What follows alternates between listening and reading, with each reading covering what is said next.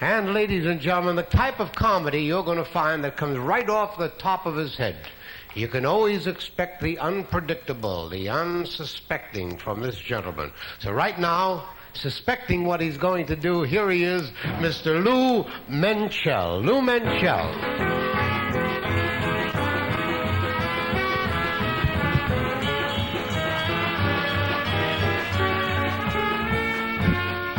Thank you very much. It's a pleasure being here. And as I read in the English, I say if you take an Englishman and wake him up real quick, fast, 4 o'clock in the morning, they talk like we do. God bless you, you look good. Didn't see you for a year, the same dress. Beautiful. She's beautiful. Well, let me tell you why we sent for you people at this hour. It's a good, lively crowd. Lively crowd. Better than the Passover crowd. You know the Passover crowd. They don't laugh. They don't laugh. Hungushed up with matzahs. They didn't go to the toilet for 6 days, and they sit like this, and they look at you like this. You can't make people laugh. Hungushed up. The biggest excitement in the lobby, you hear this. Did you go today, Becky? Was gegangen mit dem Morgen? One man was sitting in the lobby. He says, I have no trouble. Every morning, 6 o'clock, like clockwork. I go. I said, that's wonderful, Mr. Cohn. Jewish fella. He said, what's wonderful? I don't get out of bed until 11. They eat, because it's coming to them. I don't want to keep you people too late. I think it's time to eat already. Because if you miss breakfast, you got to pay for it. So they don't miss breakfast. They eat breakfast, lunch, they go to the room, they vomit, they come down again. Supper. After supper, the little packages go to the room. For later, a piece of flanken here, some cookies over here. God forbid they should wake up in the middle of the night and the coffee shop is closed and there's nothing on the dresser to eat. The matzahs, though, that kills you. That's why, if you know the Bible, that's why Moses, when he was walking through the desert and the Jews were hungry up with the matzahs, that's why Moses said to God, let my people go. Even Moses didn't feel too good. That's why God gave him the tablets. He was very sick, Moses. Very sick, very sick. That's why he went to Mount Sinai. It's a hospital, a hospital. Every time I do a show, all the stiffs they put in the front. The good ones are in the back. The story of my life. They sawed a woman in half, I would get the part that eats. This is the story of my life. I gutted you. You're sitting here and John Mitchell, a big man like that, is in jail. They built the wall around the tennis court very high. He shouldn't escape. He already made a hole in one. He's hacked away, but he's got a number. He's a prisoner, just like any other prisoner. His number is 0276953. And if that's busy, you can call him at... They're all alike. Nixon took us over again. How much is it? $600,000 plus 10%. He'll clear a cool $1 million in Agderon, four weiter. He did it again. And what kills me, he could have still been President Nixon if it wasn't for the leaks. He had leaks. What do you do if you got leaks? You get the plumbers, right? Then he announced the first special prosecutor, Archibald Sosman-Chullikin. Archibald Cox. See, Nixon said the leaks came from Cox. That's why he fired him. He should have investigated John Mitchell and John Dean. These are the two Johns that he should have taken care of. And thank God Nixon now has got prostate trouble, you know. The Watergate niche.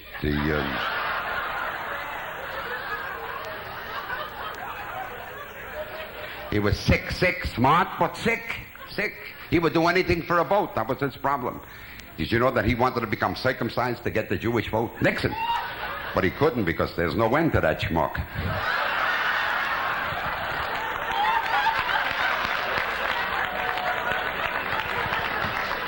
You think Ford was any better?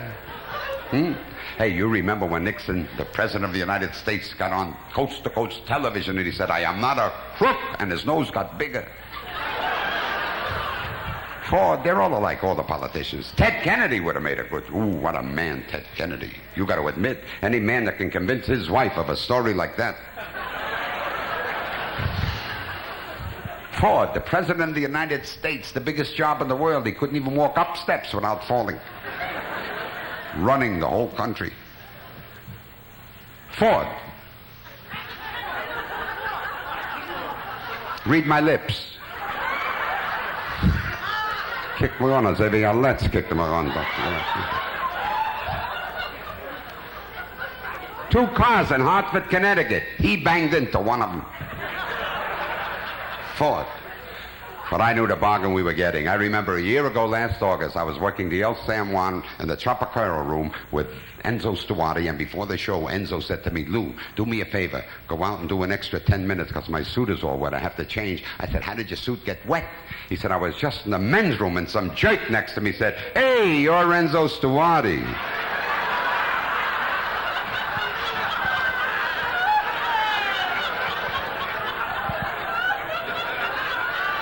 That's the night Ford made his inauguration speech, and after the speech, everybody said, another Truman, another... But I knew the bargain we were getting, because I remember Ford, when he was a congressman, that speech he made in Manila, with the congressional committee that will go down in history when he told the people of Manila, back home in America, we always use your envelopes.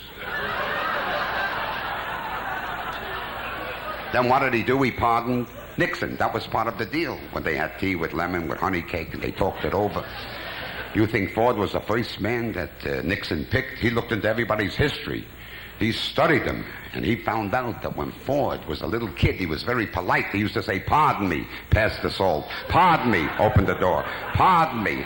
And this is what Nixon needed, a pardoner. So he pardoned Nixon. He was in trouble. He was in trouble, up to here. People sent them telegrams. They didn't like it. They called him. They sent them letters. Ford went to the Lincoln Memorial, 4 o'clock in the morning. Nobody should see. Started to talk to that big stone statue of Lincoln. Okay, that's his thing. He said, Mr. Lincoln, you were a great man. You had a divided country. You solved your problems. Tell me how to solve mine. And Lincoln looked down at him, and he said, tomorrow night, go to the theater.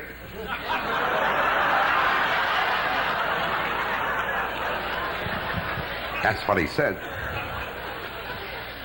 I got to you. All the politicians, except Beam.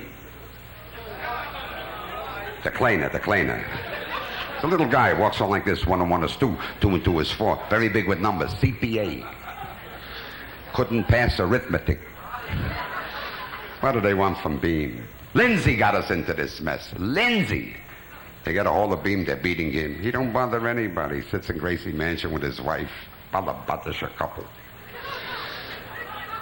Lindsay came in as a Republican, screwed up the whole city, came back as a Democrat and blamed the whole screw-up on the Republicans. Lindsay. I don't even think Beam is Jewish. If Beam was Jewish, he wouldn't go bankrupt. He'd make a fire.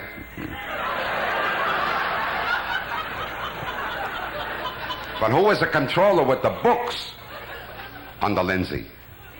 Beam. We're back to the cleaner. 1 and 1 is 2, 2 and 2 is 4. Beam never saw the books. He used to walk in. Lindsay's a tall man. He used to hold the books over here like this. Beam could tell you all about Lindsay's puppet, his belly button, but the books he never saw. It's a little man. Little man. He doesn't bother any. I know Beam personally. This is his hotel where he comes. How many people have ever been here when he was here? Right? This is where he comes. This is his home. I know him personally. If you ever meet him, take my advice. Don't pick him up. He hates that. He goes with the little feet like this. No. He hates it. I saw him in the Columbus Day Parade. He walked under a horse 3 times. Didn't know it. Thought it was raining. You think it's easy to be mayor of a city? You know what happened in New York the other day? You know what happened? I'm glad you asked. A crook walked into the bank, stuck the gun in the teller's stomach. He said, give me all your money. The teller said, do me a favor, take my books too. I'm $10,000 short. The crook took all the money and was mugged on the way to the getaway car. One crook walked into the bank, held up the bank, made everybody lay down like this, outstretched on their stomachs. The cleaning woman walked in. She saw this. She dropped her pails. She dropped her mop. She lay down on her back like this. Ice spray. Like this. The bank manager looked at her. He said, Mabel, this is a holdup, not the Christmas party.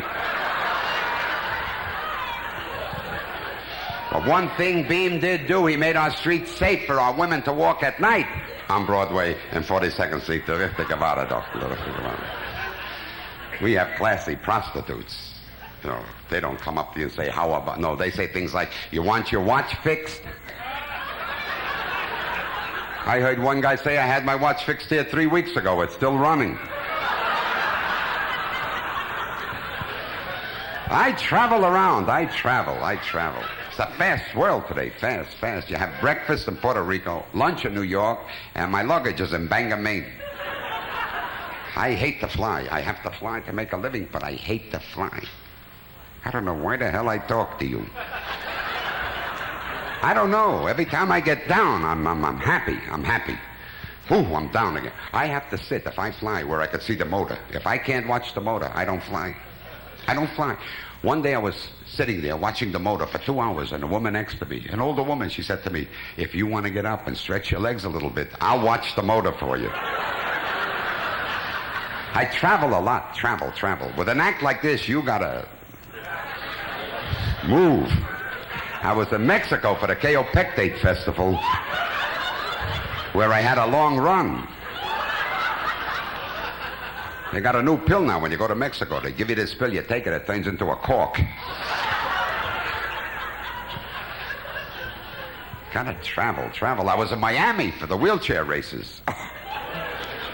Old people in Miami, old. You're like teenagers compared to Miami. Old. You blow the horn, they don't hear it. You hit them, they don't feel it.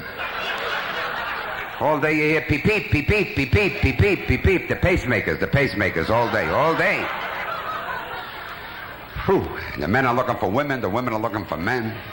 Whew. Looking. And they live in sin.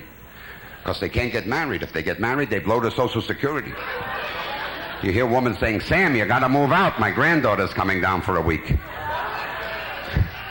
When she leaves, I'll call you. You'll come back with the satchel. One old lady down there said, I was out with a 90-year-old animal last night. An animal, if I tell you an animal. He took me to see a picture. I couldn't watch the picture. All over with his hands, over here. You clock him at the hand. I had one eye on the picture and one eye on his hands. But he never found my money.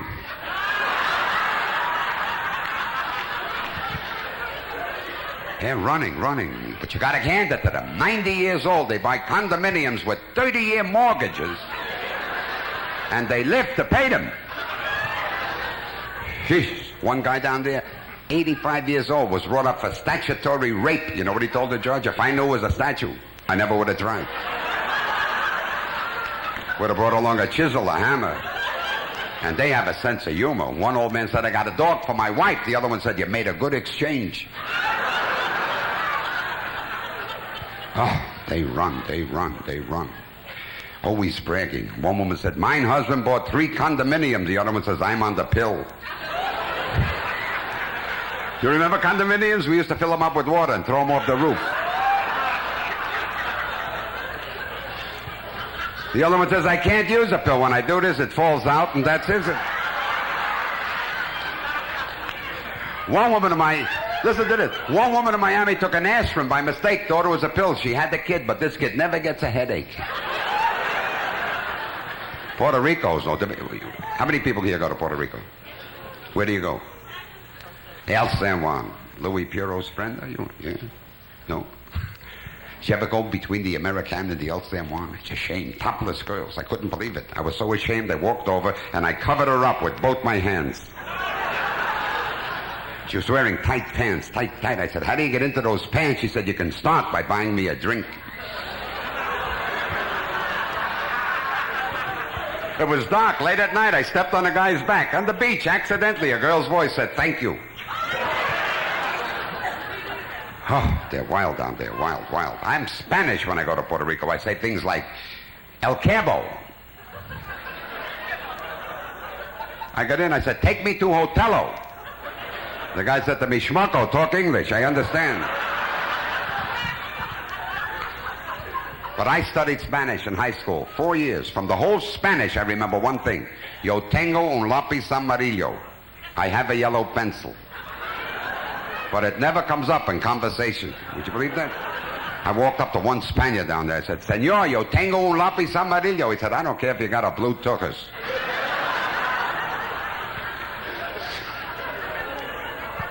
Did you ever try to make a phone call from a phone booth in Puerto Rico? Huh? You can lose more money in the phone booth than you can in the casino. You put a dime in, you hear, para, taka, taka, 10 cents, please. And you can keep that up till Tisha B'Av. I don't need the phone company there. It's better enough in New York. Did you ever call information lately? Huh? What number do you want? That's the type they have. I said, I want the number for TWA. She said, how do you spell that? I had to call New York. Took me a half hour. I had a jackpot money in that phone booth. I finally got through. My wife picked up the phone in the kitchen in New York, my son in the bedroom, both at the same time. They said, I got it, and hung up. Go explain this to para taka taka operator, right? I put more money in, more. I finally got through. Talked to my wife. Hung up. The greatest thing that ever happened to me when I hung up. All the money came back. Did that ever happen to you? Did anything ever happen to you? I don't know why the hell I talked to him. All the money came back. You got the picture? I have the money in my hand, and para taka taka operator says to me, would you please redeposit the money? I got it in my hand, and sie fragt mir. You hear this? I told her, if you give me your name and address.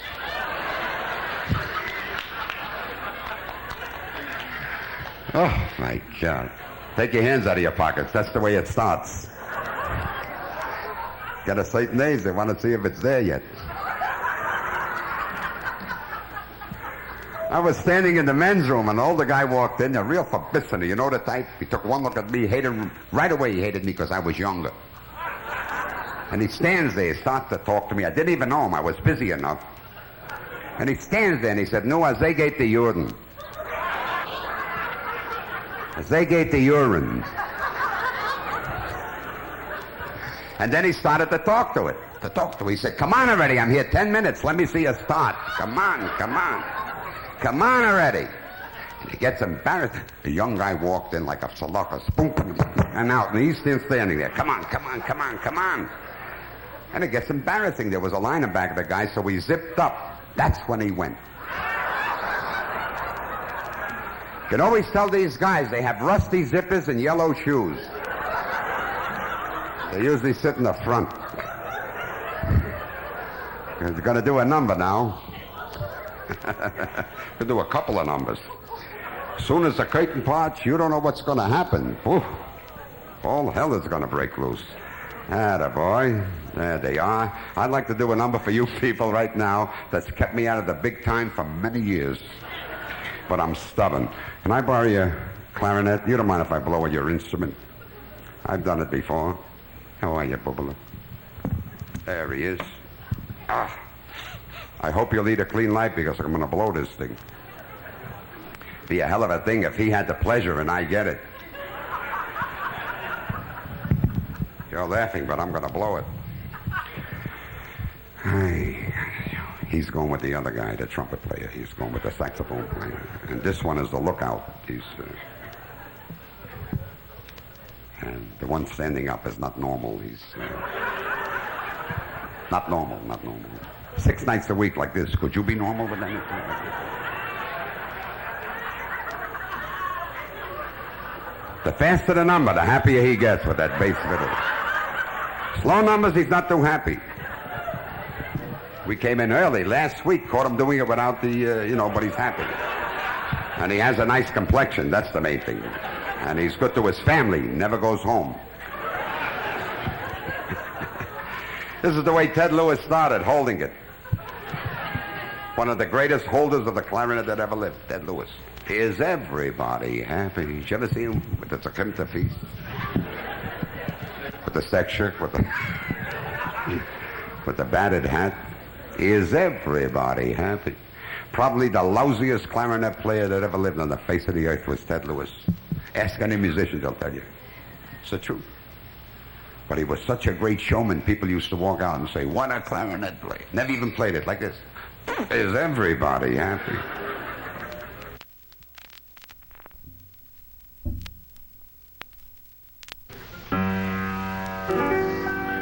smiles when my pretty little baby smiles at me. My thoughts go roving right on to paradise. Is everybody happy? And when my baby smiles at me, there's such a wonderful light in her eye. I mean the good one. I said the kind of light that means just love. And the kind of love that means real harmony. Yes, sir, I sigh and I cry, 'cause it's just a bit of heaven when my pretty little baby smiles at me. Is everybody happy?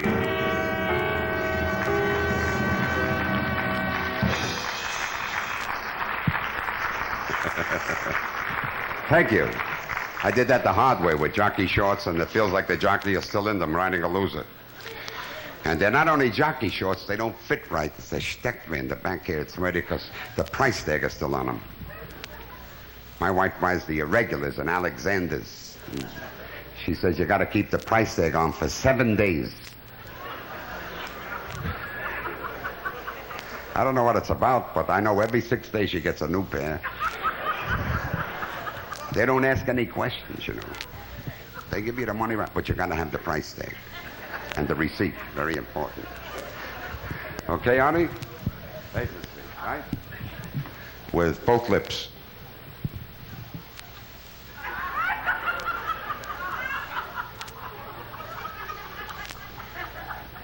Got to have class, you know, in this business. 1, 2, 3, 4.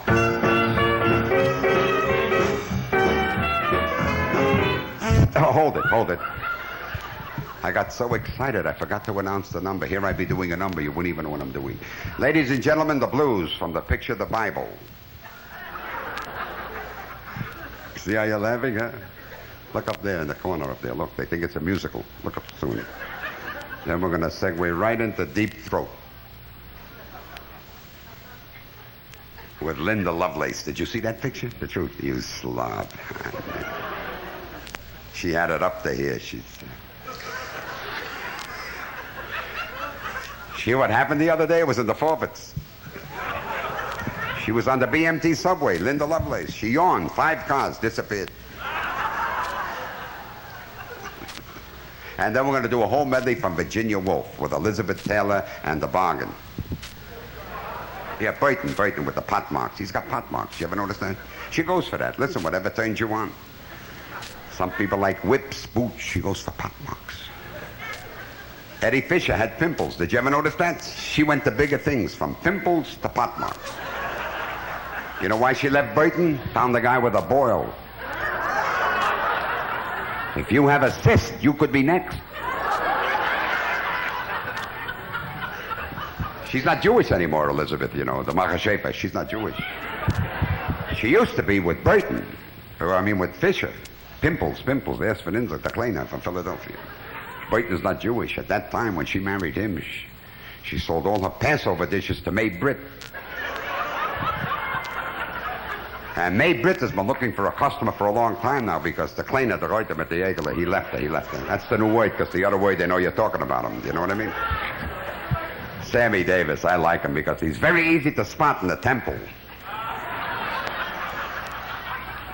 You know, right away he's there. He wears a white yarmulke. There he is. Very famous Jew, Sammy Davis, the Kleiner, the Reuter mit the Egele. Very famous. They were going to make him ambassador from America to Israel 8 years ago. But at the last minute, at that time, they changed their mind. They were afraid he wouldn't see eye to eye with Moshe Dayan. You know what I mean? How would it look? He walks in, hey, man, I'm your new ambassador. Moshe says, what, are you putting me on? You ready? 1, 2, 3, 4. Won't you come along with me? I play it. I just warm up like this, you know. Now I'll take you to the land. I got it. 6, 7, 8. Bend there to greet us. You thought I couldn't play the damn thing, right? Tell the truth. Now that's where the elite always... I got it. 5, 6, 7, 8. Basin Street. That's the street. Everybody. Yeah. In New Orleans, the land of... I got it. The hard way. Lefty. Glad to be. Yes, sirree. For welcome street and dear to me, where I can lose those Basin Street blues.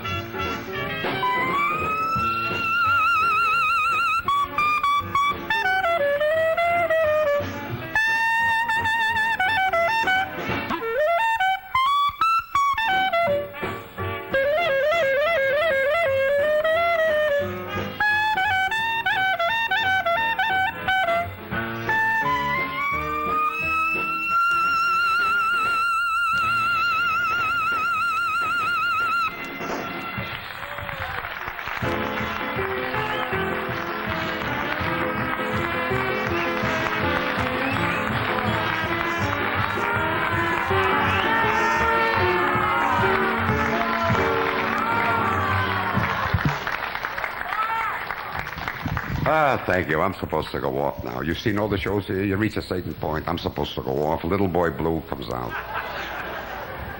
He plays, yeah, ba, ba, ba, ba. The act always comes back, right? So what's the use of leaving? I'd like to do one number for that section up there. Don't go away. I'm getting used to you. One number for them.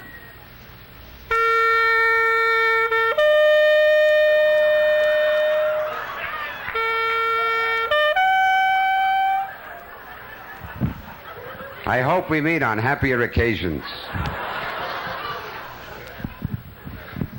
You're a great group, Did a beautiful job considering. Beautiful fella. I knew him when he was living. He was wearing a girdle before the show. I couldn't believe it. I said, "Since when do you wear a girdle?" He said, "Since my wife found it in the glove compartment of my car." He sits better now. He had a little fuss right there. Proctologist. You know what a proctologist is? I know a very weird proctologist. He uses a regular-sized flashlight.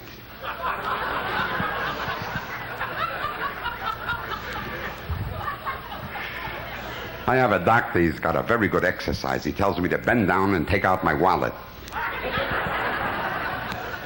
They make a lot of money, you know. But a doctor friend of mine explained it to me. He says, "Why shouldn't that cost me $50,000 for my education?"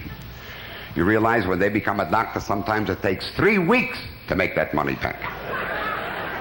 You ever notice when you go to a doctor, the first visit is always more money? Second visit is always cheaper. Did you ever notice that? When I go to a doctor, I say, "It's nice to be back." The doctor examined me. I said, "What should I do?" He said, "Take the same medicine I told you to take the first time you went." It's a lot of things. I don't understand. If you check into a hotel in Miami, if you can see the ocean from your room, it's more money. Did you ever notice that? To swim in the ocean is free, but if you could see it from your room, money. I don't swim in an ocean. It's dirty. You know what people do in the ocean. Even you should know what people do. Would you go all the way up to your room from the water just for that? You can see the expression on their face the way they stand there like that. That's why fish don't have feet. They don't want to step in it. In Miami, I met a woman, listen to this, with a dog. Did you ever see an older woman with a dog? You ever notice dog lovers? They love that dog, no matter what that dog looks like. Here, I hit her right in the stomach. She got it, right? She has a dog, right? You buy her jewelry, right? A fur coat. Yeah, your husband you spit on, but the dog... Did you ever notice that a dog always takes on the characteristic of the person that owns it? The woman was 90 years old walking like this. The dog is 4 months old walking the same way, like this. The bow legs like this. I know about dogs. What's the first thing you do if you have a dog? You break it in on the paper, right? My dog did it on the paper. I was reading it. You know. I'll tell you a true story about a dog. I wanted to see a Broadway show very badly. Couldn't get tickets. Very difficult. I had a friend in the show with pull. I finally got tickets, waited 3 months, sat down to see the show. Who's sitting in front of me? A little dog like this. People couldn't get in. This woman bought the dog a ticket. He's sitting like a person with a mink stole, a Jewish dog. The intermission, I tapped the woman on my shoulder. I said, is that your dog? She said, Kanena Hara, tutu. I said, I can't get over that animal. How he applauds with a little paws. He laughs with a little mouth. He actually enjoys the show. I can't understand it. She said, neither can I. He didn't like the book. So here I see an older woman with an ugly dog. I figured nobody ever gave her a compliment on that dog. Couldn't. Too ugly. Too ugly. I'll make her happy. What does it cost me? A few minutes of my time. I said, that's a beautiful dog you have there. She said, thanks very much. You know, in Miami. Then I figure I show a little interest. I said, what kind of a dog is that? She said, this is a Mexican Spitz. I never heard of a Mexican Spitz. I figure somebody's kidding her. I'll play along. I said to the dog, hello, Mexican Spitz. The dog looked at me and said, senor.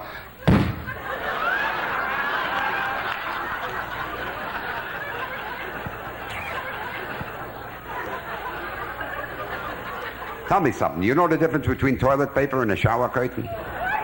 No? Arnie, we got the guy.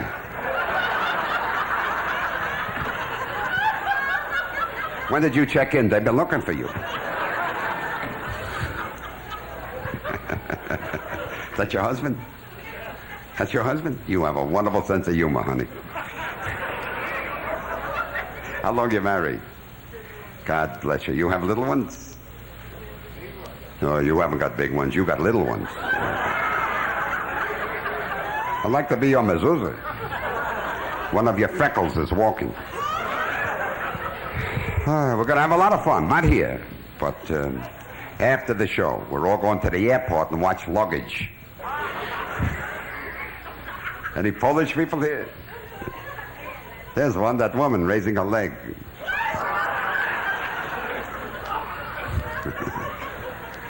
Oh, my God. I had a Polish friend when I was a kid. Beautiful friend. Nicht Peninsula, you know. Nicht Peninsula. They sign in, nothing. But sweet. Came in with both ears bandaged. I said, how did you get that? He said, I was ironing my shorts and the phone rang. I said, hello?